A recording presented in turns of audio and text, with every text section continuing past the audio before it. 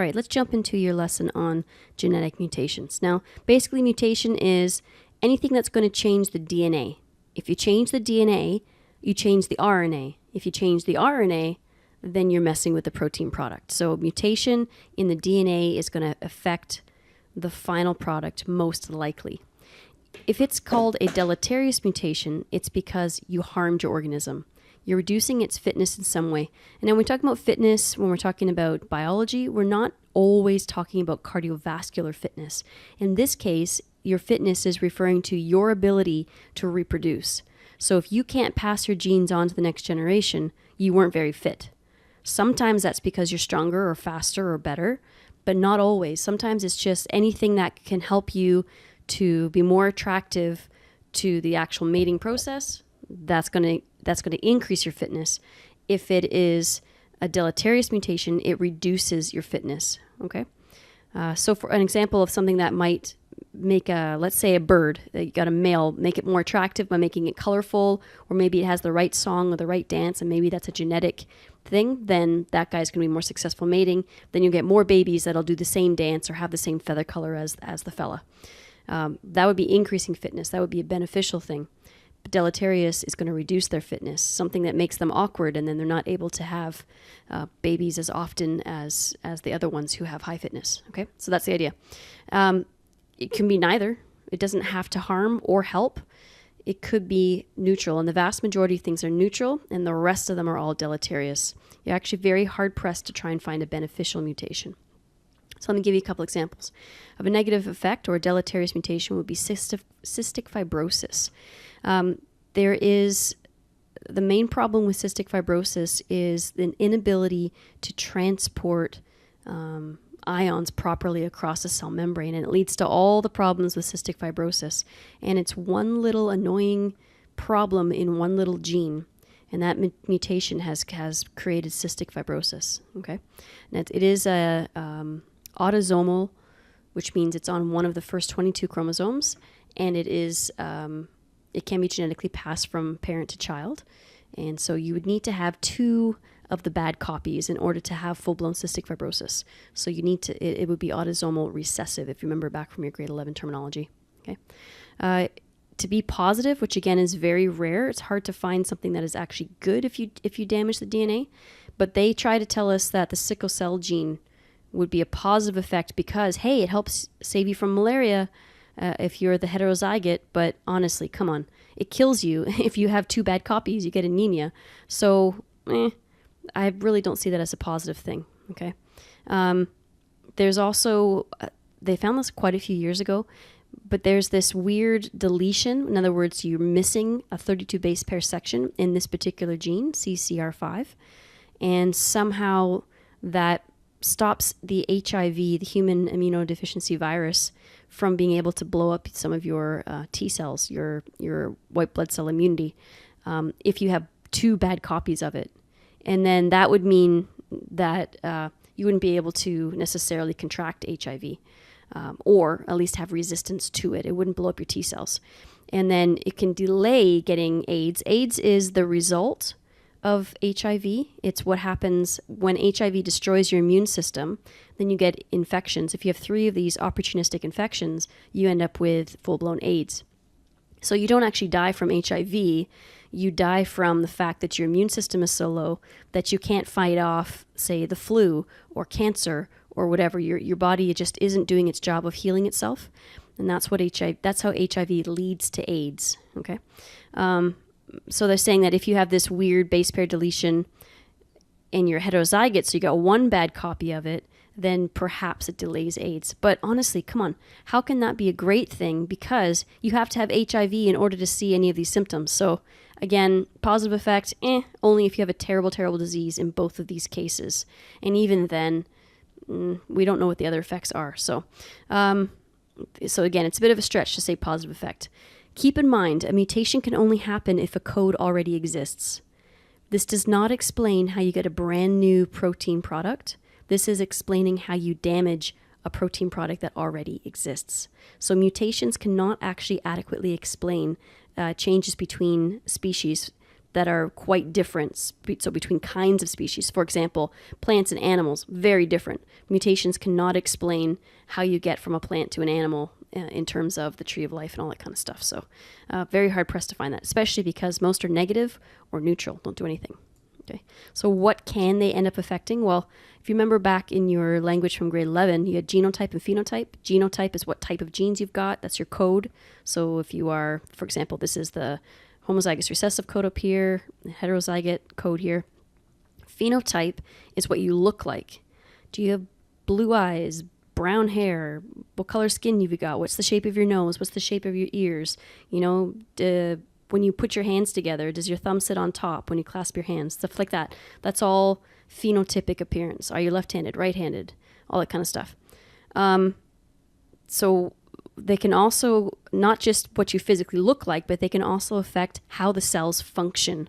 So for example, diabetes means your insulin isn't working properly. Cystic fibrosis means that this transmembrane regulator, this thing that's supposed to help you move ions across the membrane, doesn't work properly. So some of the biochemical functions could be gone, or the regulatory parts of the gene could be busted. So if you've got a problem in the part of the gene that says turn on or turn off, that could lead to some kind of tumor growth. The cells are supposed to have so many lives and then they stop reproducing. And if that little shutoff gets broken, that means they'll be turned on and divide out of control. And that's what leads to the cancer. Okay. So it can affect, again, what do you look like, how you function, or how you turn things on and off. Okay. 3 major categories.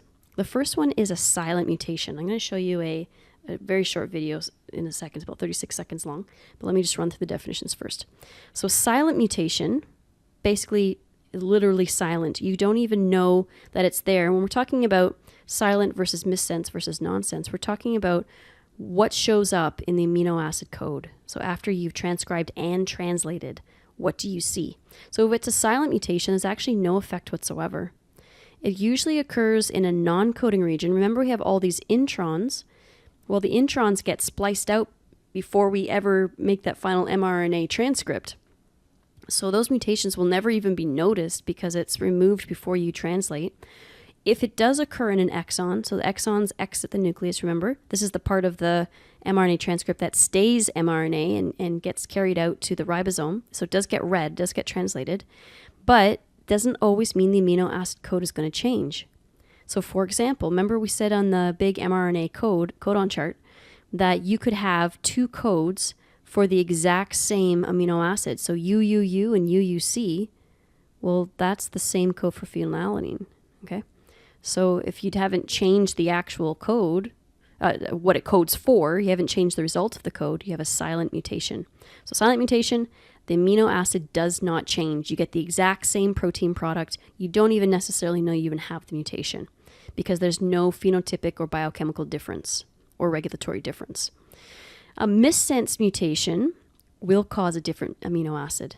So if you look here, you see, here's what it should be. This is the wild type, or what the normal hemoglobin should be, CTT. So your mRNA would be the complementary to that, and GAA is the code for glutamine. Okay? However, if you, let's say we had a mistake in that middle one, now it's GUA, well, that doesn't code for glutamine, it codes for valine. So here you have your sickle cell version. So at one little point, this substitution of the wrong amino acid can actually lead to a completely different function of the hemoglobin. Remember that sickle cell hemoglobin does not carry oxygen very well. It's sticky, and it forms those sickle cell shaped cells, which are not very flexible and cause people a lot of pain and a lot of trouble. And if you don't have modern technology, modern medicine, you likely die in childhood. Okay, so missense, different amino acid gets added to the chain. Okay. A nonsense mutation then is a change in the DNA sequence which now codes for a stop codon.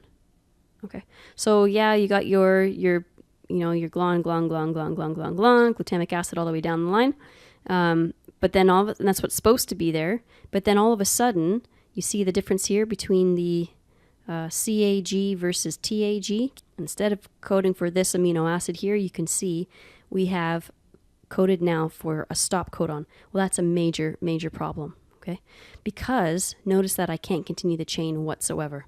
So a nonsense mutation is the worst because it truncates or terminates the polypeptide before it's supposed to be terminated. So you should have all these other guys all the way along and it's gone. So that massively changes the polypeptide chain, which massively changes the protein, and that's a huge change in shape, so it's a huge change in function. So again, you've got silent, same amino acid, you can't tell the difference. Missense, new amino acid, might cause a problem, might not. It doesn't always lead to something that's devastating. It might just be this amino acid could be close enough to the one that's supposed to be there that maybe it still folds mostly normally. As long as it's not in a really critical spot like the active site, you might get away with a missense mutation. You never get away with a nonsense mutation. And often these can kill the cell, because if this is a very important cell product, as protein should be, the cell can't live without that particular protein. So if it's got the bad code in the DNA, it'll always have a bad code, which means it'll never be able to make what it needs. So a nonsense mutation, which does the stop codon, can be very devastating. This one is the worst. Let me show you a quick little video, and it'll put it all into visual perspective for you. The genetic information of DNA is transcribed into mRNA, which is translated into a polypeptide chain. If the wild-type DNA suffers a change in one base pair, the change will be transcribed in the mRNA, and the resulting codon may code for a different amino acid at this point in. So this then would be an example, because I've changed the amino acid, this would be the example of the missense mutation. If it had just stayed the same, if it had the same code and ended up with the same thing, it would have had a silent mutation. The forming polypeptide. Alternatively, some DNA mutations result in the appearance of a stop codon in the resulting mRNA. The stop codon causes premature termination of polypeptide synthesis. All right, so there's your nonsense mutation. So how do you actually get the mutations? Well, there's two different versions of things that can go wrong. The first one is called a point mutation. That means that you've substituted one base for another. So if you are doing that, then it would be like saying, here's the C here. Instead of being a C, now all of a sudden I've got a G or something in there. So I directly switch out. I don't shift the code at all. I just switch out one for the other. Okay, point mutation. This can cause your nonsense. It can cause a missense. It can even cause the silent. But point mutation is one substituted for another. The rest of the code stays exactly the same. Frame shift, however, is way worse. Way, way, way worse, because what happens is either you insert, notice we've gone in between the A and the G, we have this new T here. We either insert or we delete. Notice that now the A is missing from this code. And what that will do is shift the reading frame, which can be devastating. So that means that if this was supposed to be the three codons, now all of a sudden, instead of the codon being read as AGT, now it's read as ATG, and then T becomes part of the next codon over here at the end. That's a huge problem. That's going to completely change every amino acid after this point, whether you insert or whether you delete, because you have shifted the reading frame. So these are very, very devastating. Point mutations, not so bad, because you could have a silent mutation. Nonsense would still be bad. Missense, you may or may not get away with it. It depends on which amino acid you've changed it to. Okay, so those are your gene level mutations. You can also, and of course, let me say again, the gene level mutations are what are leading to your silent, your missense, and your nonsense. Okay, you can also have much larger scale mutations, and this is where the project that you're going to do on the epigenetics online day, this is where you're going to get to take a look at some of these large-scale chromosome mutations, not just a single gene, but then huge chunks of chromosomes.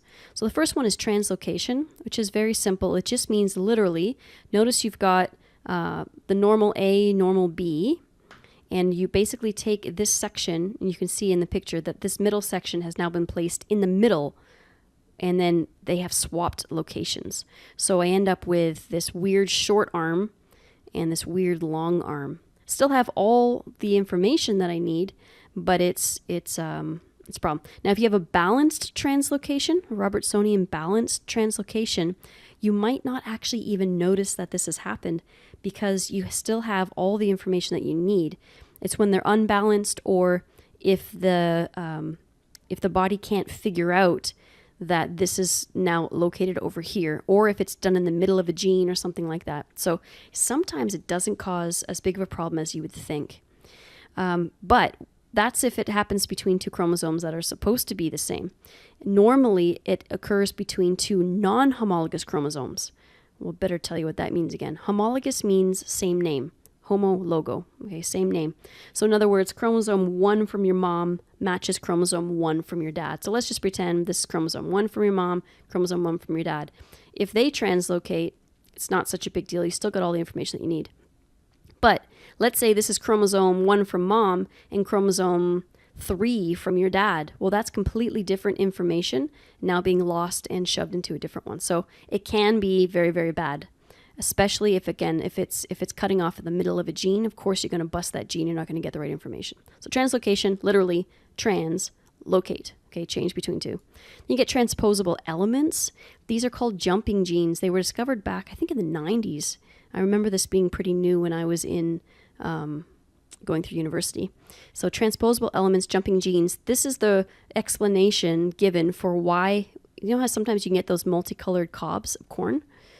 Because there's a gene for seed color, but these little jumping genes, these little transposable elements, can jump in and out of genes. If they jump into the color gene, they can damage it so you don't code for the right color, but it can jump out again in the next cell, and suddenly you've got your normal yellow. So this is really, the problem would be causing transcription issues. So in other words, you suddenly have interrupted the gene, so when you go to transcribe it, maybe you don't get the right mRNA, which means you don't get the right final protein product. And if that's in the case of color, it's not a big deal, but it could be in a more important gene. This is one of the reasons why people are scared of GMOs or genetically modified organisms. Because if we can jump the gene in on purpose, so we use this kind of process to put a new gene into the genome, what would happen if that gene then jumped out of the section that we put it in and it started jumping around and causing damage? We don't really see this. This was just one of the technically possible things that could happen. So people were a little bit concerned when they started learning about transposable elements. But that's the basic idea. Then you get an inversion, which is literally just flipping a section. That means it would be read incorrectly. You don't actually get any extra or lose any of the genetic material. And depending on where it is, it might not affect the gene. So if it's in an intron, it might not matter. If it's in an exon, you're definitely going to see an effect. And then, of course, we have areas where you just duplicate, like literally just, let's say ABCD here just said ABCD, ABCD, ABCD, ABC, all the way along. That could be a problem. Sometimes that causes a problem. Sometimes it doesn't. It just depends on which gene it is and where it is. And if it's even in a gene, it might be in a non-coding region altogether. Although sometimes duplication, especially of these stuttered repeats, can lead to certain diseases worsening. So, for example, Huntington's is a little 3-letter code that just gets replicated over and over and over like a stutter in the gene as you're reading along. And at every generation of people will have a worse and worse stutter in the code, and that can lead to the Huntington's degenerative disease, which can be quite devastating. So duplications can be a problem, or they cannot. It just depends where. And that's for all of these guys. Now, I will show you a video very shortly about that. But I just want to finish off this part here. So how do they actually happen? Well, it could be spontaneous. It could just be a particular cell gets damaged, and if that happens to divide again, then without dying before it dies, then it's going to pass that bad DNA onto the next cell, and the next cell after that, and the next cell after that. Okay, it does occur in about 1 in a million, but it's very rare when you think how good our system is at DNA replicating when we have the poly 3 as it's adding its DNA nucleotides for the first time, attaching them to the RNA primer. Well, it does a really great job of checking. Then you've got the poly 1, a DNA poly 1, as it comes along and it cuts out the RNA primers and puts in the correct DNA nucleotides. Well, that's guy's proofreading. And then you get your final proofreading check. You get your DNA poly 2 checking at the end. Like, you have triple checking in your DNA replication. That's why it's actually really rare to have one. And if it does happen, and it happens in an intron, who cares?